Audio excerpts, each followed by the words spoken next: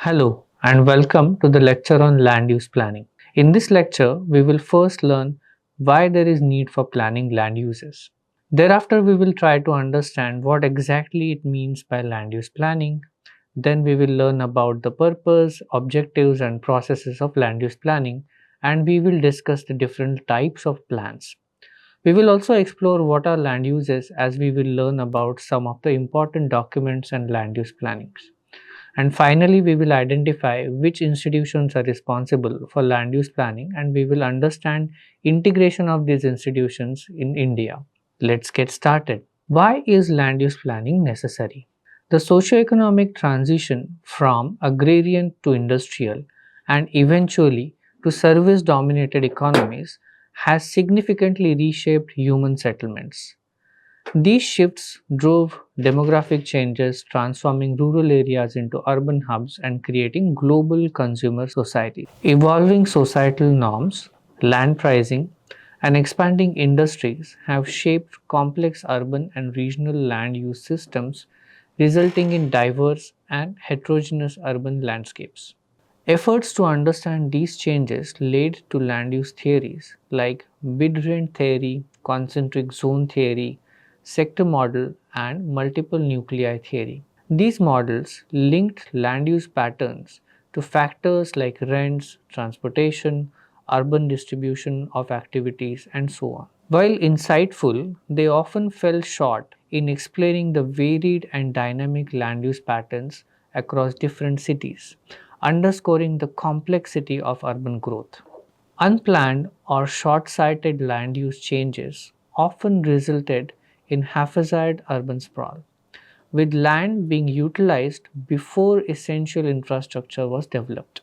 This strained utilities and transportation, marginalized vulnerable populations, and led to slum formation, increased regional disparities, and caused significant ecosystem degradation. City planning evolved from focusing solely on creating aesthetically pleasing spaces to adopting a rational and scientific approach. Land use planning emerged as a systematic and comprehensive process aimed at allocating land efficiently, balancing development needs, protecting vulnerable groups, and promoting sustainable and equitable growth. Let's look at what is the meaning of land use planning. So, now that we have understood the need for land use planning, what does it mean by land use planning? Land use planning can be compared to organizing a kitchen to meet current and future cooking needs. It involves evaluating available spaces, prioritizing uses, and allocating areas for specific purposes. Similarly, land use planning ensures efficient allocation of land for housing, agriculture, industry, and conservation, addressing both present and future needs. In essence, land use planning is the process of allocating and regulating land use by assessing the current potential of land and water resources to meet socio-economic needs while safeguarding critical resources like forest, agriculture, rivers, and lakes, and so on and so forth. Its purpose is to balance current and future requirements, such as housing and education, with the protection of essential natural resources. Land use planning and the design of settlement structures aim to address the ever evolving needs of society. For instance, an individual's requirements from their surroundings change as they progress through different life stages, from birth to the adulthood. Similarly, societal needs continually shift and the environment must adapt accordingly. These changes are evident in your neighborhoods, in cities, such as the construction of new highways, road expansion, and the development of industrial zones, commercial hubs as well. All these transformations reflect the dynamic need of society. Let's think about planning as a process. Land use planning is an iterative and continuous process requiring periodic revision of prepared plans. This process involves collecting socio-economic and biophysical data through standardized surveys, which are then analyzed and interpreted to identify needs, carrying capacities, and infrastructure gaps. Based on the findings, land use plans are developed ranging from neighborhood level to regional scales. Ultimately, land use planning is a systematic decision making process shaped by the complex interplay between society and nature and guided by multiple influencing factors. Then, what could be the objectives of land use planning? Let's look at that. We have established that land use planning is a process, right? So, understanding its objectives is also very essential. The primary objective is the efficient allocation of land. For instance, placing industrial areas too close to residential zones would create chaos, making the second objective of this process as separating incompatible land uses from each other, which is equally crucial. The third objective is promoting balanced regional development to prevent disparities between rural and urban settlements. Such imbalance often led to increased migration to urban areas, causing overcrowding and disorder. Land use planning must also ensure adequate supply of land for essential infrastructure projects such as natural resources protection and including provision of affordable land access to marginalized groups. Lastly, it should also focus on mitigation of risks from natural disasters by fostering resilient land development practices. Let's dive more deeper into the process of land use planning. As we have discussed so far, land use planning is a systematic and iterative process of decision making. This process involves several chronological steps. Detailed steps given in the urban and regional development plans, formulation and implementation guidelines, that is URDFI 2015, are summarized in this particular slide. Developing aim and objective. The aim is a general guiding statement such as improving health and well-being in a region. Objectives are very specific actions to achieve these aims, like providing affordable health care and accessible green spaces. Identifying site needs. Understanding biophysical characteristics such as soil, crop patterns, catchment area, and their impact on settlements help create strategies for land use planning.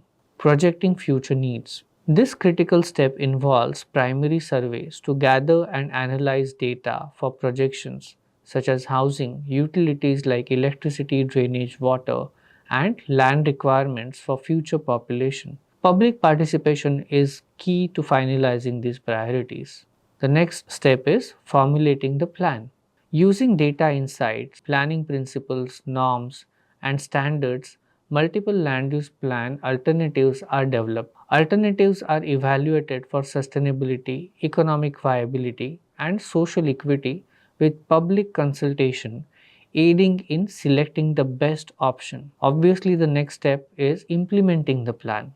The chosen plan is then executed through development projects and coordinated efforts with implementing agencies. The next step is monitoring and evaluation. Plan implementation is monitored and outcomes are evaluated to provide baseline for future revisions. This whole process, as illustrated in this slide, is systematic and iterative, ensuring land is used efficiently and responsibly. What kind of plans are then developed? Land use planning addresses a range of issues at various scales, from local housing and infrastructure needs to broader concerns like environmental sustainability and disaster management. To tackle these, planning is conducted at multiple levels, each serving a distinct purpose. Let's explore the type of plans, their objectives, and their revision cycles. There is something called as perspective plan. As the name suggests, this plan provides a long-term vision such as sustainable or inclusive development. It outlines indicators and policy frameworks to guide various development formulating land use plans. Perspective plan is prepared for 20 to 30 years as it provides long-term vision to guide planning process. The next type of plan is a regional plan. Acting as a bridge between the prospective plan and local level plans, regional plans cover areas defined by administrative, investment, and biophysical boundaries. For example, districts like Dholera Investment Region or Sahyadri Region. These plans address regional land use for forest conservation, regional transport, infrastructure like dams, electricity lines, and irrigation systems, aiming to balance economic development and reduce regional disparities. Regional plans are prepared for 20 years as they look after regional level projects, which may need more time for their implementation. The next kind of plan is a development plan. It is prepared for urban and peri-urban areas. Development plans translate regional policies into strategies for urban growth. They allocate land for housing, transportation, recreation, industrial and commercial activities, and social infrastructure. These plans provide detailed steps for urban and peri-urban development, ensuring comprehensive utility and infrastructure networks. Development plans are also prepared for 20 years in phases of 5 years to make them convenient for periodic reviews. Another kind of plan is local area plan. Focused on sub-city scales like neighborhoods, these plans align with the city's development plan. They detail the development of urban infrastructure, mobility, and service at a micro level, managing land use within specific areas. Local area plans are prepared for 5 to 20 years. Each type of plan addresses unique scales and challenges, ensuring a cohesive and efficient approach to land use planning. But then what is land use? Let's delve into fundamental concept of land use. Land use refers to the purpose for which a specific parcel of land is currently employed or intended for future use. In urban areas, land use is typically categorized into residential, commercial, industrial, recreational, public, semi-public, and other similar classifications. At a regional scale, the term land utilization is more appropriate. This includes classifications such as agriculture land, forested land, and land designated for urban and rural settlements. Let's look at Pune's land use map. Here we can take an example of a land use map of Sector 6 of Pune city, which is prepared in the development plan. You can see land use classification in the map legend and by which color scheme represents them in the map, such as residential land use is indicated by yellow, agricultural land use within the city limits is shown in green, commercial land is represented in blue color, and so on. Right? So this is one example of land use map. Let's look at land use map and land use plans, which then leads to the question of what is a land use map and land use plan. These are important documents of the planning process. Land use map or existing land use map or ELUM is utilized within the city or region. Existing land use map acts as the basis of future actions. To prepare ELU map, a base map of the area is first prepared, which is the foundation of ELU map. It consists of boundaries, landforms, existing roads and highways, water bodies, upon which the layer of existing land use is added by carrying out land use surveys. Land use plan or proposed land use map is a final output of the planning process. It indicates how the land is going to be utilized in the future. These two maps can be clearly understood from the existing land use map and proposed land use map of National Capital Region given in this particular slide. Provision in the Indian Constitution about land use mapping. Let's look at that. So land use planning is a systematic process conducted at multiple levels. Required extensive demographic, biophysical, and infrastructure data to develop effective strategies. Therefore, who do you think should handle this crucial task? Planning theory identifies land use planning as serving a public purpose, making government bodies and public authorities responsible for it. These institutions need adequate resources, legal framework, authority, such as power to acquire land and to perform their roles effectively. Let's now look at institutional involvement in this, beginning with the provisions in the Indian Constitution. Land use planning in India dates back to colonial times but gained a systematic structure through the 73rd and 74th Constitutional Amendment, which introduced decentralized governance and a three-tier system. These amendments strengthened local self-governance and reformed institutional structure to improve planning and implementation. The key provisions here include Article 243D, which mandates the formation of district planning committee. There is another article, Article 243ZE, provides for establishment of metropolitan and planning committees. Then there is 12th schedule of Article 243W. It lists 18 responsibilities for urban local bodies with very specific relevance to land use planning, and it includes urban planning, economic and social development, provision of utilities, amenities, and slum improvement, as well as regulation of land use. Role of town and country planning in all this process. Let's look at that. The amendment also elevated the role of state level town and country planning boards, which assist state government with spatial planning. It provides legal frameworks for spatial planning at the state level, support state governments and regional planning boards in creating state perspective plans as well. By decentralizing the governance and defining role, the 73rd and 74th Amendment laid the foundation for efficient and accountable framework for land use planning in India. Following the 73rd and 74th constitutional amendments, India established a comprehensive institutional framework for land use planning. Effective planning requires horizontal and vertical coordination across different governance levels. So, the first level obviously is then the national level. At that level, the Ministry of Housing and Urban Affairs formulates policies, funds certain schemes such as Smart City Mission, all of you may know, and prepares guidelines incorporated into land use plans. Here, Niti Aayog ensures land use strategies which will align with sustainable development goals. The next level is the state level.